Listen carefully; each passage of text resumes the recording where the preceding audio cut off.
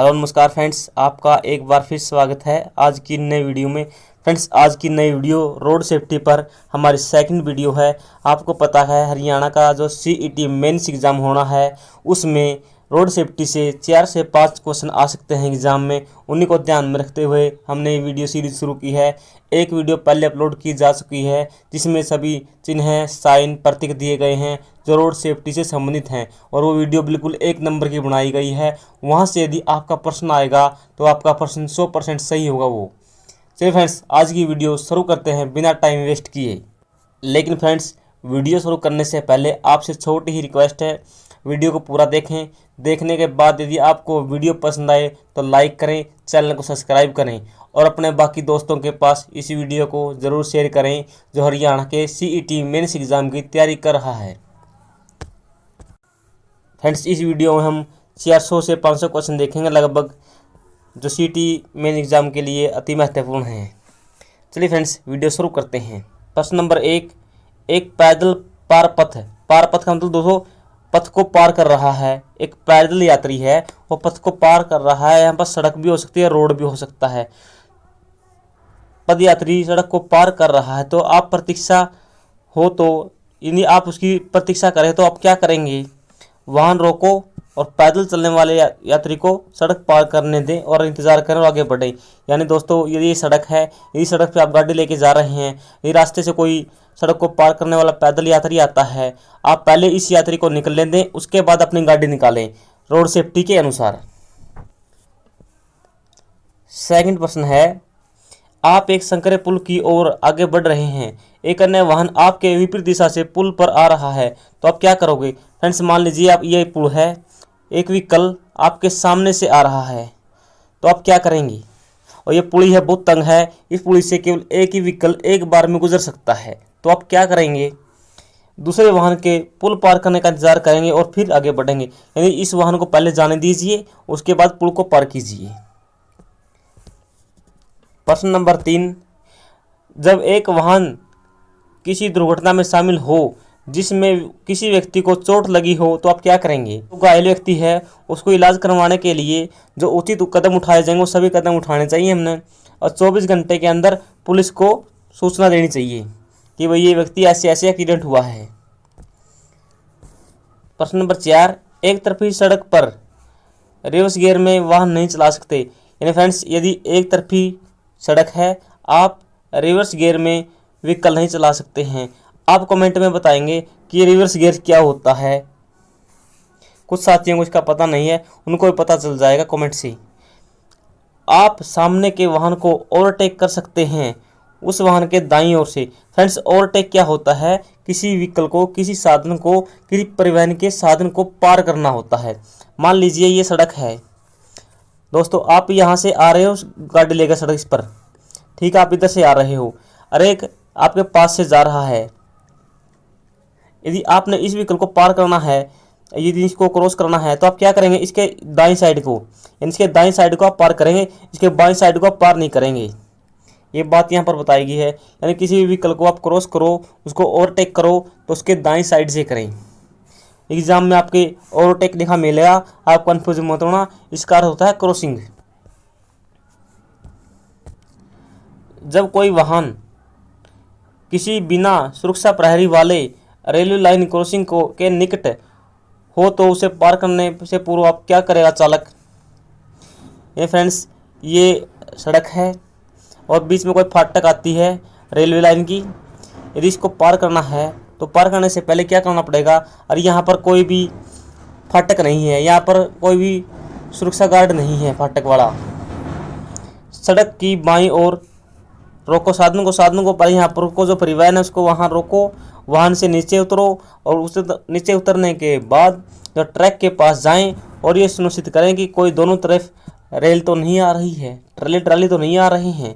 यानी पहले उतर के देखना होगा अच्छे से, उसके बाद ही सड़क को क्रॉसिंग करें, रेलवे लाइन को क्रॉसिंग करें।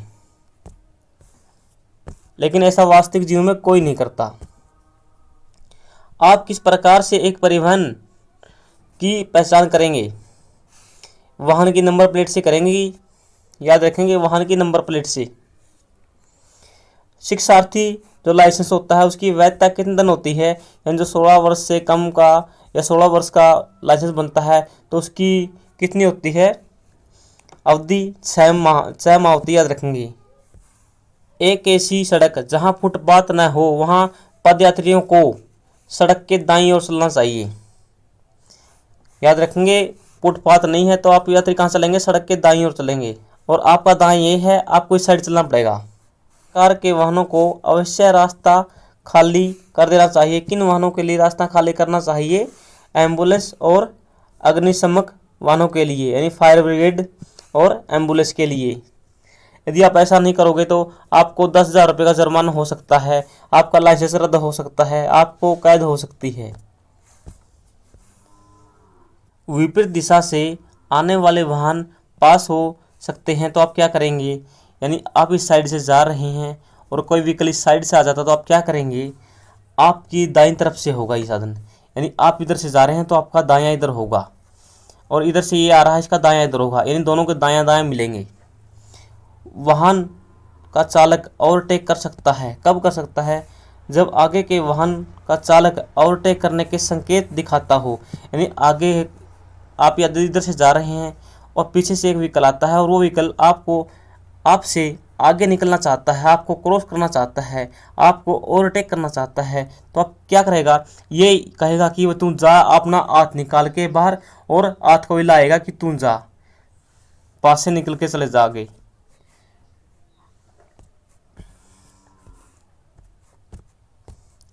मोटर वाहन का चालक वाहन चला सकता है सड़क के बाईं तरफ।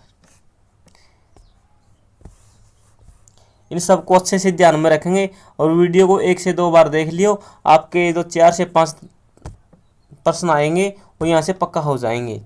ऐसी वीडियो आपको पूरे यूट्यूब पर कहीं देखने को नहीं मिलेगी।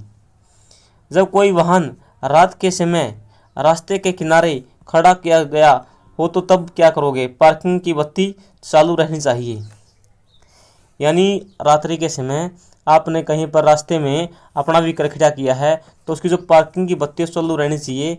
आप ऐसा देखते होंगे जब हाईवे पर जाओगे कोई ट्रक खड़ा मिलेगा या कोई गाड़ी खड़ी मिलेगी, लेकिन आपको उसकी बत्ती आती जाती मिलेंगी टिक टिक करके, तो उससे ये पता चल जाए कि यहाँ पर साधन या व्हीकल खड़ा है, वाहन खड़ा है। फॉग लैंप का प्रयोग किया जाता है धुंध के समय, याद रखेंगे। फॉग लैंप का प्रयोग कब किया जाता है, धुंध के समय किया जाता है। जेब्रा लाइन बनी होती है, जेब्रा लाइन किसके लिए बनी होती है, पैदल चलने वालों को पार करने के लिए, यानी जो पैदल यात्री हैं वो यहाँ से सड़क को पार कर सकते हैं, उनके लिए जेब्रा लाइन होती है, याद रखेंगे। जब एक एम्बुलेंस आ रही हो तो तब वाहन चालक को वाहन सड़क के किनारे ले जाने की खुली जगह देनी चाहिए। क्या कहा गया है इस प्रश्न में, यदि आप इधर से जा रहे हैं और पीछे एम्बुलेंस आ रही है तो आप अपनी गाड़ी को इधर सरकाएं, इधर ले आएं बाईं तरफ और एम्बुलेंस को जाने का रास्ता दें।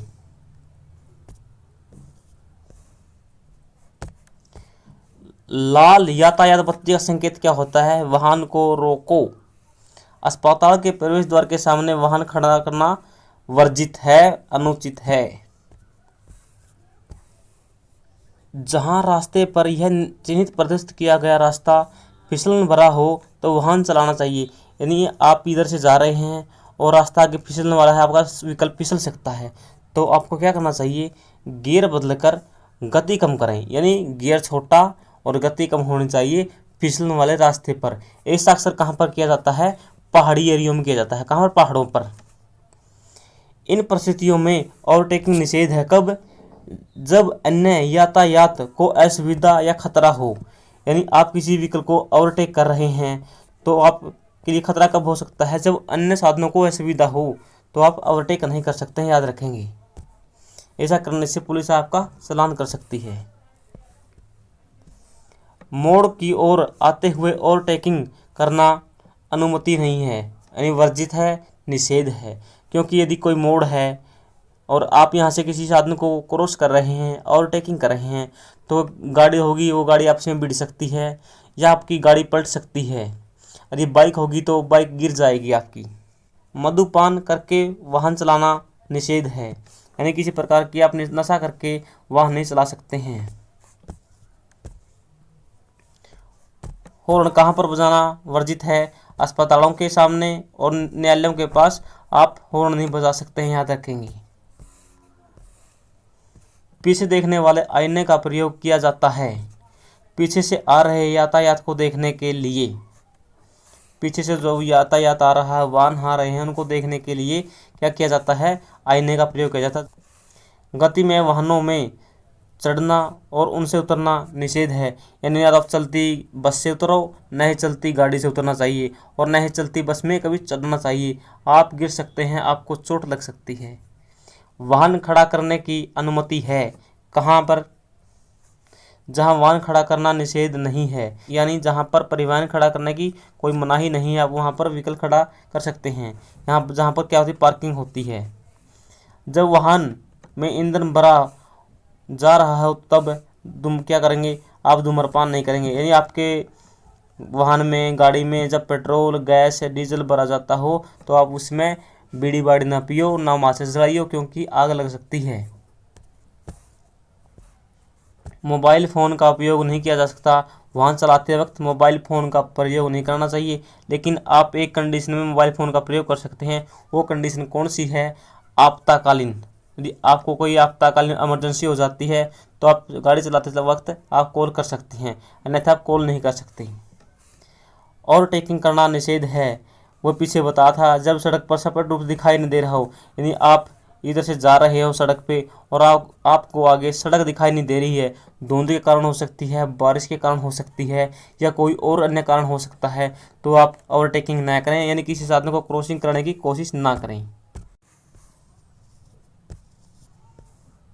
पदयात्रियों को नुकीले मोड़ों पर और ठहरे वाहनों के नज़दीक रास्ता पार नहीं करना चाहिए। यदि आप यहाँ पर साधन, ये सड़क जा रही है और सड़क पे रास्ते में कोई ट्रक या गाड़ी खड़ी है, जो पैदल यात्री होते हैं उनको इनके पास से कभी भी क्रॉस नहीं करना चाहिए, और खासकर मोड़ हो जहाँ पर, वहाँ पर तो करना ही नहीं चाहिए। क्यों नहीं करना चाहिए? क्योंकि ये मोड़ है और यहाँ पर कोई व्हीकल खड़ा है और आप यहाँ से सड़क पार कर रहे हैं, तो ये पीछे से जो व्हीकल आएगा वो आपको दिखाई नहीं देगा और आपके साथ एक्सीडेंट हो सकता है। दूर से आ रहे अन्य वाहन के चालक और व्यक्ति को सड़क पार करते हुए नहीं देख सकता, यानी जो दूर से आया व्हीकल है वो आपको देख नहीं सकेगा कि कोई आदमी या कोई औरत है बस सड़क पार कर रहा है, भाई इसको दिखाई नहीं देगा, तो आपका एक्सीडेंट हो सकता है। ऐसा ना करें। यदि मोड़ है, मोड़ पे कोई व्हीकल खड़ा है तो आप वहाँ से क्रॉसिंग ना करें। आगे है, एक निजी वाहन के रिकॉर्ड होते हैं। कोई निजी वाहन है, जैसे आपकी गाड़ी है, मोटरसाइकिल है, इसके रिकॉर्ड हुए हैं। पंजीकरण होता है, याद रखेंगे। इसका प्रमाण पत्र आपको मिलेगा, बीमा का प्रमाण पत्र मिलेगा और जो टैक्स होता है उसका टोकन आपको मिलेगा। ड्राइविंग लाइसेंस होता है रिकॉर्ड। इसके रिकॉर्ड कागजात क्या क्या होते हैं ध्यान रखेंगे। पंजीकरण प्रमाण पत्र, बीमा, टैक्स टोकन, ड्राइविंग लाइसेंस। जो ये प्रमाण पत्र होता है आप इसको आरसी बोल सकते हैं, आरसी। जिस रास्ते पर आप जा रहे हैं उसकी बाईं और मुड़ते समय आपको क्या ध्यान रखना होगा? बाईं और मुड़ते संकेत करें और रास्ते को बाईं ओर मुड़ जाएं। यानी आप इधर जा रहे हैं और आपको इधर मुड़ना है तो इधर का डिपर देंगे। डिपर आपका ठीक नहीं है, खराब है, तो आप अपना आस देंगे। प्रदूषण नियंत्रण प्रमाण पत्र, प्रदूषण नियंत्रण प्रमाण पत्र PUCC की वैधता होती है, कितनी होती है? जो प्रदूषण नियंत्रण प्रमाण पत्र होता है, याद रखेंगे, इसकी फुल फॉर्म आपसे पूछी जा सकती है, 6 माह होती है। 6 माह ही आपने देखी थी पीछे, जो शिक्षार्थी का लाइसेंस होता है, जिसे लाइट लाइसेंस बोलते हैं, जिसे क्या बोलते हैं? लाइट लाइसेंस बोलते हैं, उसकी अवधि 6 माह होती है। रात के समय आप उच्च प्रकाश वाली हेडलाइट के साथ वाहन चला रहे हैं, वहीं एक वाहन आपके विपरीत दिशा से आ जाता है, तो आप क्या करेंगे? यानी आप इधर से जा रहे हैं और कोई व्हीकल, कोई परिवहन का साधन आगे से आ जाता है, तो आप क्या करेंगे? और आपकी लाइट तेज़ है तो आप अपनी लाइट को या तो बंद करेंगे या उस लाइट को कम करेंगे, ताकि जो आगे वाला है इसके आंखों में अधिक प्रकाश न पड़े और इसको रोड दिखाई दे। हेडलाइट को बंद करेंगे या तो मंद प्रकाश कर लो। यदि आपके व्हीकल में मंद परिवहन यदि आपके व्हीकल में लाइट को बंद करने का ऑप्शन नहीं है, ख़राब बटन है, तो आप लाइट को बंद भी कर सकते हैं। करें जब वाहन गुजर जाए, जब तक वाहन न गुजरे, जब तक वाहन नहीं गुजरे तब तक आप लाइट को बंद ही रखें। वाहन चालक अपने दाईं हथेली को नीचे की ओर झुकाकर बाहर निकालता है और अपनी भुजा के ऊपर नीचे घुमाता है, तो आप क्या समझेंगे? यानी एक व्हीकल यहाँ जा रहा है और दायां इस का ये है, और जो ड्राइवर है इधर ही बैठता है दाईं साइड, तो वो अपना बाहर हाथ निकाल के और जो उसकी हथेली है, हथेली को ऊपर नीचे करता है और बाहर नगर हिलाता है, तो आप क्या समझेंगे? वह वाहन को धीमा करने के लिए कह रहा है। नहीं, आप खुद के वाहन को धीमा करेगा भाई। जो पीछे से व्हीकल आ रहे हैं वो अपना ध्यान दें इस बात पर, ये इशारा करेगा। यहाँ से याद रखेंगे इस प्रश्न को। बिना गियर के मोटरसाइकिल चलाने का लाइसेंस प्राप्त करने के लिए न्यूनतम आयु कितनी होनी चाहिए? 16 वर्ष होनी चाहिए, जिसे हम लाइट लाइसेंस बोलते हैं, और या इसको बोल सकते हैं बिना गियर वाली मोटरसाइकिल। लेकिन यदि आपके पास हैवी लाइसेंस है या दोस्तों आपके पास लर्निंग लाइसेंस है, तो आप कोई भी व्हीकल चला सकते हैं। जब आप स्कूल का यातायात चिन्ह देखते हैं तो तब आपको क्या करना चाहिए? जो गाड़ी है, मोटरसाइकिल है, उसकी गति कम करनी चाहिए और सावधानी से आगे बढ़ें कि आगे बच्चे तो न आए, क्योंकि आगे बच्चे आ सकते हैं। बाईं ओर मुड़ते समय दोपहिया वाहन का चालक क्या करेगा? यानी दोपहिया यहाँ पर मोटरसाइकिल और किससे है? स्कूटी से है। बाईं तरफ यदि वो इधर से जा रहा है और उसको इस साइड मुड़ना है बाईं तरफ, तो क्या करेगा? वो बाईं तरफ का इंडिकेट देगा, बाईं तरफ मुड़ने का संकेत देगा और अपने दाहिने हाथ से हिलाएगा। जो इसका इधर का दाहिना हाथ है, इस हाथ को ये कहेगा मैं इधर आ रहा हूँ, इधर आ रहा हूँ, इधर का हाथ देगा वो, याद रखेंगे। यू टर्न लेते समय का संकेत है। मान लीजिए आप इधर जा रहे हैं और इधर आपको यू टर्न लेना है, तो आपको क्या करना चाहिए? दाएं मुड़ने का संकेत करना चाहिए, यानी इधर मुड़ने का डिपर देना चाहिए आपको, तभी आप यू टर्न ले सकते हैं।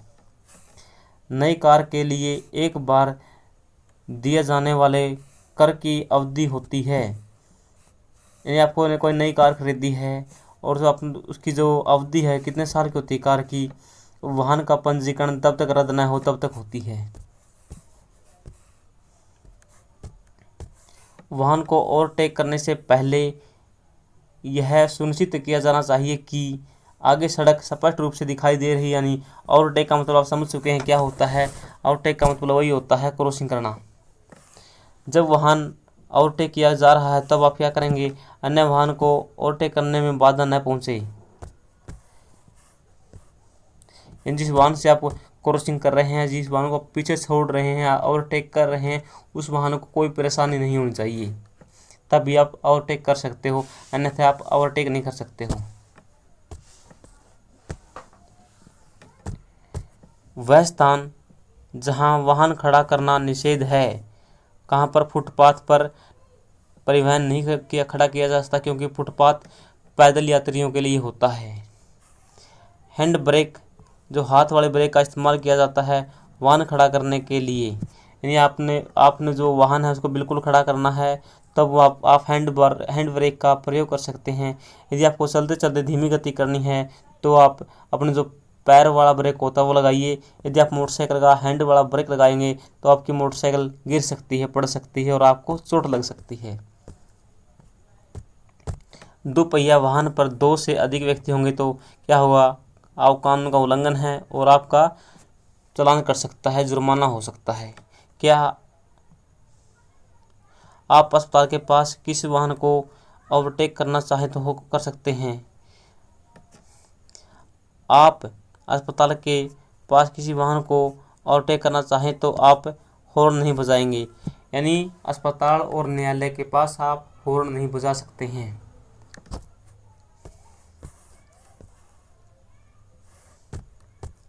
सार्वजनिक स्थान पर अपंजीकृत वाहन का इस्तेमाल करना गैर कानूनी है। यानी जो अपंजीकृत वाहन है उसको सरकारी काम के लिए आप प्रयोग नहीं कर सकते हैं। परिवहन वाहन का ड्राइविंग लाइसेंस प्राप्त करने की न्यूनतम आयु कितनी है? 20 वर्ष। यानी जब आप 20 वर्ष के हो जाते हैं तो हाईवे लाइसेंस प्राप्त कर सकते हैं।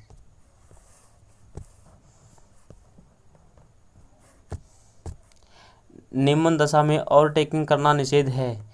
आप ओवरटेकिंग कहाँ नहीं कर सकते हैं? जहाँ पर संकीर्ण पुल हो, यानी जहाँ पर तंग पुलिया हो। हमने पीछे देखा था।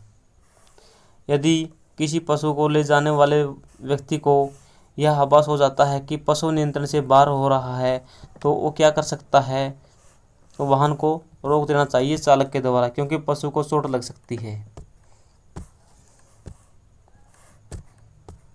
निम्न दशा में वाहन खड़ा करना निषेध है। यातायात बत्ती के पास, और आपने पीछे देखा था किसके पास? जो पैदल यात्रियों को निकलने के लिए होता है फुटपाथ, वहाँ पर आप वाहन नहीं खड़ा कर सकते। गति सीमा से अधिक गति पर वाहन चलाना एक अपराध है जिसमें ड्राइविंग लाइसेंस निलंबित किया जा सकता, रद्द किया जा सकता है।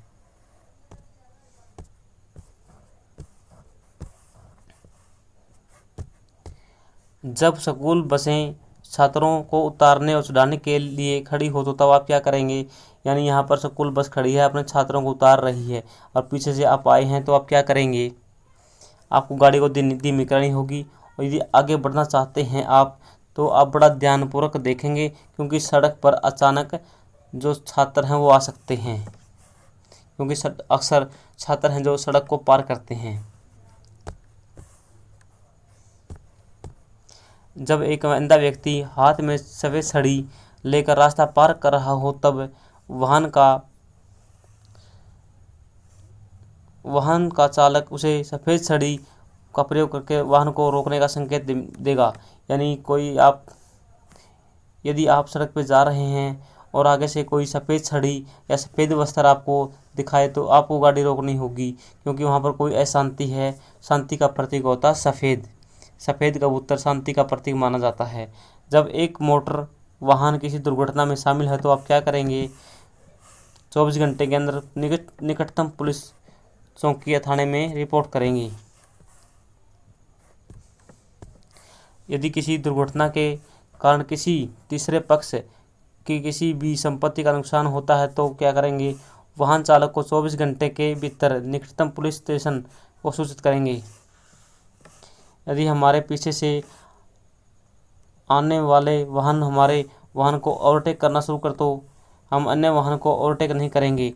यानी आप इधर से जा रहे हैं और एक इधर से जा रही है, आप इसको ओवरटेक करना चाहते हैं तो पीछे से कोई गाड़ी आ रही है वो आपको ओवरटेक नहीं कर सकती है। यहाँ पर ये बात कही गई है, यानी केवल एक ही गाड़ी एक साथ ओवरटेक कर सकती है और एक से अधिक गाड़ियाँ एक साथ ओवरटेक नहीं कर सकती हैं।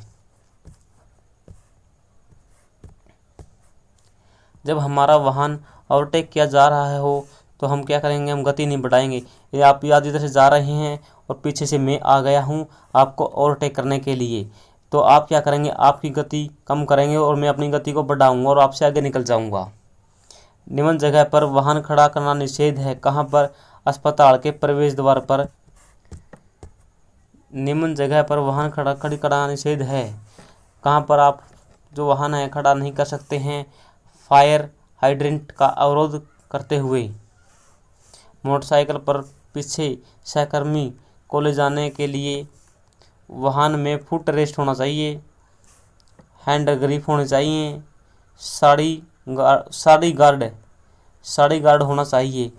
फ्रेंड्स, यहाँ पर आप फुट रेस्ट समझते हैं, जो दोनों तरफ लगे होते हैं उनको फुट रेस्ट बोलते हैं, और हैंड ग्रिप होते हैं जो हाथ में पकड़ने के लिए पीछे होता है मोटरसाइकिल के वो, और साड़ी गार्ड आपको पता है क्या होता है?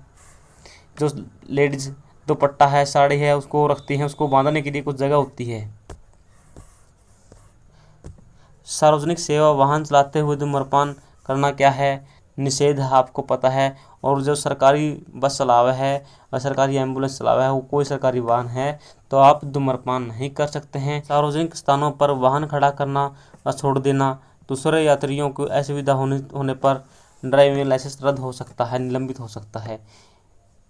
यानी आपने कहीं पर बस स्टैंड के पास, अस्पताल के पास या कोई और सरकारी स्थान है उसके पास अपना वाहन खड़ा किया है और उस वाहन से दूसरे लोगों को क्या हो रहा है? यात्रा में असुविधा हो रही है, तो आपका क्या हो सकता है? लाइसेंस रद्द हो सकता है आपका। मालवाहक वाहनों पर अक्षमता से अधिक भार ले जाने पर उनका ड्राइविंग लाइसेंस क्या हो सकता है, रद्द हो सकता है, याद रखेंगे। यदि किसी टैक्सी का चालक इस जगह से यात्रा पर जाने से मना करता है क्योंकि यहाँ पर दूरी कम है, यदि आपने किसी स्थान पर जाना, यहाँ पर जाना है और यहाँ की दूरी मात्र 5 किलोमीटर है और जो टैक्सी वाला है उसको यहाँ पर कम पैसे मिलेंगे, तो वो यहाँ पर जाने से मना करे आपको, तो उसका क्या हो सकता है, जो टैक्सी वाला है उसका ड्राइविंग लाइसेंस रद्द या निलंबित हो सकता है। यदि आप किसी ऐसे चौराहे पर पहुँचते हैं जहाँ पर यातायात बत्ती या पुलिसमैन नहीं है, ये चौराहा है और यहाँ पर कोई भी वो नहीं है, बत्ती भी नहीं है और पुलिस वाला भी नहीं, तो क्या करेंगे, अपने दाईं चौराहे पर पहुँचें और यातायात को रास्ता दें और आवश्यक संकेत देने के बाद आगे बढ़ें। यानी आवश्यक खुद का संकेत देना होगा अपना कि डिपर देना है, आह देना है, लाइट देनी है, वो देनी है, उसके बाद ही आप आगे बढ़ें।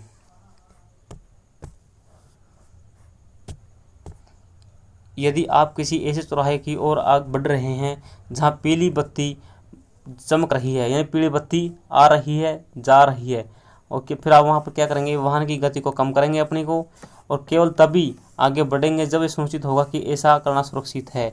यानी आपको पीली बत्ती टक टक करके आती जाती होगी, कभी आ गई, कहीं चली गई, आ गई चली गई, ऐसे पीली बत्ती देखी हुई आपको ध्यानपूर्वक चलना होता है ऐसा। यदि ऐसा ही लाल बत्ती आई और जाए तो आप क्या करेंगे, अपने व्हीकल को रोकेंगे और फिर ध्यान से चलेंगे।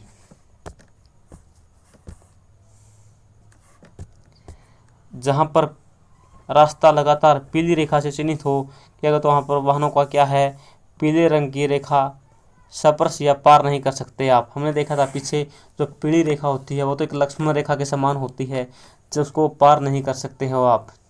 आपने देखा होगा ये सड़क है और सड़क के साइड में एक पीली पट्टी दी होती है, इस पीली पट्टी से इधर क्या व्हीकल नहीं आ सकते हैं, इधर की जो रास्ता है ये साइकिल के लिए होता है, इधर कोई भी व्हीकल नहीं आ सकता है पीली पट्टी को पार करके। यदि आप ऐसा करते पाए गए तो आपका चालान हो सकता है। प्रश्न नंबर 70, जब आप किसी ढलवां मार्ग पर वाहन चला रहे हैं, यानी कि रास्ता ये रास्ता है और इधर तो पहाड़ी है और इधर निम्न स्थान है, यदि आप पहाड़ी पर चढ़ रहे हैं और एक पहाड़ी से आ रहा है तब की बात है ये। जब आप किसी ढलवां पहाड़ी के मार्ग पर वाहन चला रहे हैं तो आपको करना होगा, पहाड़ी के ऊपर जा रहे वाहन, ये वाहन पहाड़ी के ऊपर जा रहा है और आप ऊपर से नीचे आ रहे हैं, तो आपको जो ये वाहन जा रहा है इसको प्राथमिकता देनी होगी और आप अपनी गाड़ी रोक सकते हैं, कम कर सकते हैं इसकी रेस, गियर छोटा कर सकते हो आप, लेकिन इसको किसी प्रकार की परेशानी नहीं देनी हुई आपको, क्योंकि इसको किसी प्रकार की परेशानी हुई ये व्हीकल बंद हो सकता है और बिना ब्रेक दिए नीचे जा सकता है। और दूसरी बात ये फिर आगे नहीं बढ़ेगा, क्योंकि अपने देसी भाषा में कह रहे हैं कि मौसम टूट जाएगा इसका। फिर किसी ट्रैक्टर का चालक नहीं ले जाएगा किसको, चालक के अलावा अन्य किसी व्यक्ति को। अपने गाँव में देखो ट्रैक्टर पर कितने कितने बैठ जे हैं, लेकिन ऐसा कानूनी अपराध है, आप ट्रैक्टर पर किसी व्यक्ति को नहीं बिठा सकते हैं खुद के अलावा। जब कोई वाहन शाखा पथ से मुख्य सड़क में प्रवेश कर रहा है तो वाहन चालक को इनका प्राथमिकता देनी होगी। यानी एक सड़क मेन ये है और एक सड़क इसमें आकर ये मिल रही है। यदि आप इधर से आ रहे हैं तो आपको प्राथमिकता किन को देनी होगी, जो ये व्हीकल यहाँ से जा रहे हैं आपको इनको प्राथमिकता देनी होगी और आपको अपनी गाड़ी रोकनी होगी, और जब सड़क बिल्कुल खाली होगी तभी अपना गाड़ी निकालें। मुख्य सड़क आगे बढ़ रहे वाहनों को पहले जाने दें।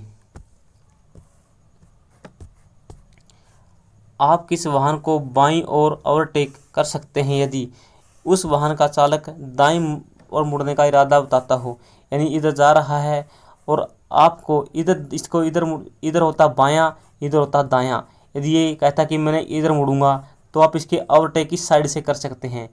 और यदि ये सीधा जाने का है, ओवरटेकिंग करना चाहते हैं तो आप इसके दाईं तरफ से करेंगे, यानी इसको इधर मुड़ना है, ये इधर मुड़ेगा तो आपको इधर से जाना पड़ेगा आगे निकलने के लिए।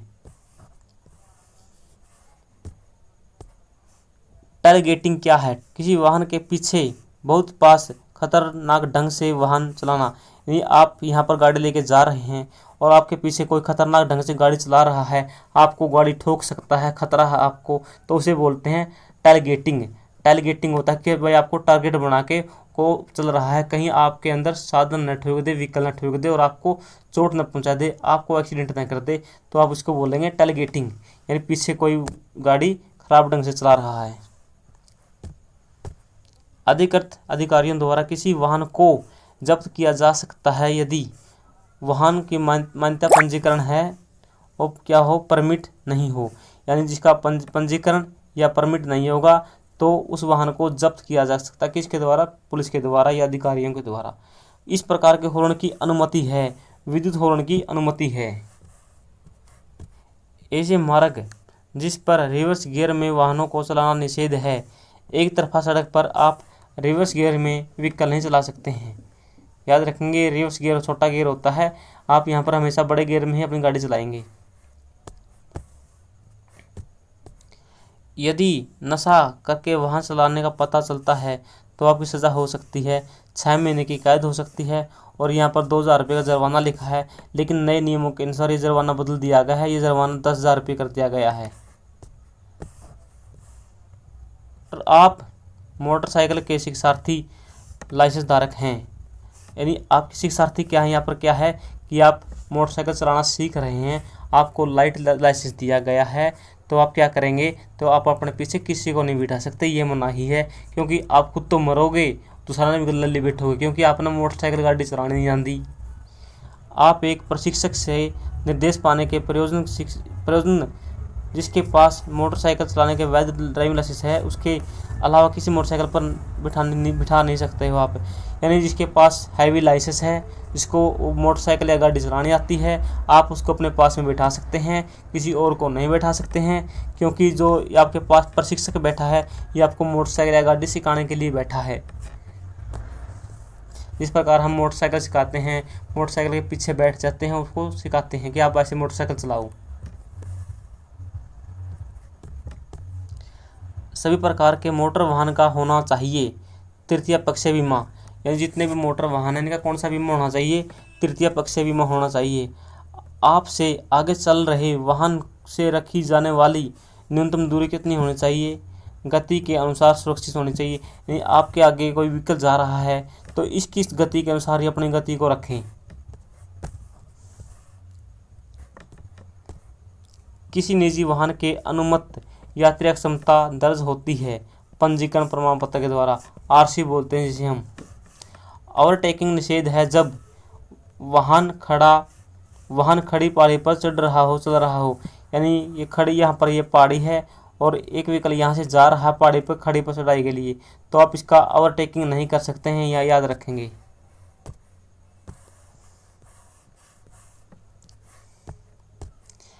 यदि मार्ग सफ़ेद टूटी हुई रेखा से है, यानी ये रास्ता है और ये सफ़ेद टूटी क्या है, पट्टियों से हैं, चिन्हों से हैं, तो ट्रक परिवर्तन कर सकते हैं। दोबारा से करते हैं प्रश्न नंबर 84। यदि मार्ग सफ़ेद टूटी हुई रेखा से चिन्हित है तो आप क्या कर सकते हैं, ये मार्ग दिया गया है यहाँ पर और टूटी हुई डॉट लाइन है, ट्रैक परिवर्तन कर सकते हैं, यानी आप अपना जो ट्रैक है, जो सड़क है, रास्ता बदल सकते हैं। झपकने वाली लाल यातायात बत्ती का मतलब है, झपकने का मतलब यहाँ पर टक टक करके है, जम जम करके है। जिस प्रकार आप जो बत्ती आप देखते होगे, बत्ती आती जाती रहती है, वाहन रोको और अगर सुरक्षित हो तो आगे बढ़ें, इसी प्रकार से पीली बत्ती में होता है, यानी वाहन रोको और आगे बढ़ो यदि सुरक्षित हो तो। रक्षात्मक चालन क्या है? चालकों और अन्य सड़क उपयोगकर्ताओं दोनों द्वारा यातायात के नियमों और सड़क संकेतों का उल्लंघन होने की आशंका के साथ सावधानी से आगे चलना चाहिए, यानी यदि आप सड़क पर गाड़ी चला रहे हैं तो आपको पूरी सावधानी बरतनी चाहिए। वो क्या है? रक्षात्मक है। स्टॉप लाइन का क्या अर्थ होता है? पथ संगम या पैदल पारपथ के प्रवेश पर सफ़ेद या पीले रंग की एक रेखा होती है। स्टॉप लाइन का अर्थ देख लीजिए क्या होता है। पीले रंग की लाइन होती है, सफ़ेद रंग की होती है, जहाँ से पैदल यात्री गुजर सकते हैं, या पथ संगम होता है। वाहन का इंजन शुरू करने से पहले आप उसका रेडिएटर का जल और इंजन का तेल चेक करें अच्छे से। मोटरसाइकिल की अधिकतम अनुमेय कितनी होती है, यानी मोटरसाइकिल की आप अधिकतम गति कितनी कर सकते हैं, 50 किलोमीटर कर सकते हैं, इससे अधिक नहीं। एकमात्र वाहन जिसे 60 किलोमीटर प्रति घंटा से अधिक की गति से चला सकते हैं, मोटर कार यानी जो बस होती हैं, इनको आप 60 किलोमीटर प्रति घंटा की रफ्तार से अधिक चला सकते हैं, लेकिन इसके अलावा आप किसी वाहन को 60 से ऊपर नहीं ले जा सकते हैं। शिक्षण संस्थान के निकट चलने वाली मोटर कार का अधिकतम दूरी कितनी होनी चाहिए, यानी शिक्षण संस्थान है, जैसे ITI है, स्कूल है, पॉलिटेक्निकल है या और कोई शिक्षण संस्थान है, तो आप वहाँ पर जो बस जा रही है उसकी गति कितनी होनी चाहिए, 25 किलोमीटर प्रति घंटा की रफ्तार से होनी चाहिए। जब बाहरी वाहन भरे जा रहे हों तब दोनों ओर भार बराबर निकला हुआ नहीं रहना चाहिए, यानी आप दोनों बराबर का भार नहीं रख सकते हैं। यहाँ पर कहने का ये अर्थ है, ये सड़क है, यहाँ से कोई व्हीकल जा रहा है और इसी व्हीकल के दोनों साइड आप बाहर निकला हुआ बाहर नहीं कर सकते हैं। क्यों नहीं कर सकते हैं? क्योंकि इस साइड से आपको कोई ओवरटेक करना चाहे तो उसका एक्सीडेंट हो सकता है। आप देखते होंगे जो क्रूजर होती हैं उनके आप दाईं तरफ लटक सकते हैं, लटक कर जा सकते हैं, लेकिन बाईं तरफ आप नहीं लटक सकते हैं क्योंकि इस साइड आपका एक्सीडेंट हो सकता है। यानी आप एक ही साइड में भार को लटका सकते हैं, वो भी किस साइड, बाईं तरफ। खींचने वाले वाहन और खींचे जाने वाले वाहन के बीच की दूरी कितनी है? आपकी कार खराब होगी और ये कार यह है, ये आपका टोचन है, ये टोचन के द्वारा यह कार खींच कर ले जाने ले रही है आपने, तो यह बीच की दूरी कितनी होनी चाहिए, 5 मीटर की होनी चाहिए, याद रखेंगे।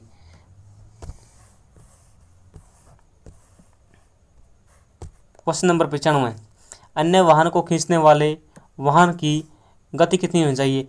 आपकी ये गाड़ी है और ये आपका ट्रैक्टर है, आपकी गाड़ी खराब है, ट्रैक्टर इसको खींच रहा है, तो ट्रैक्टर की गति कितनी होनी चाहिए, 24 किलोमीटर प्रति घंटा की रफ्तार से अधिक नहीं होनी चाहिए।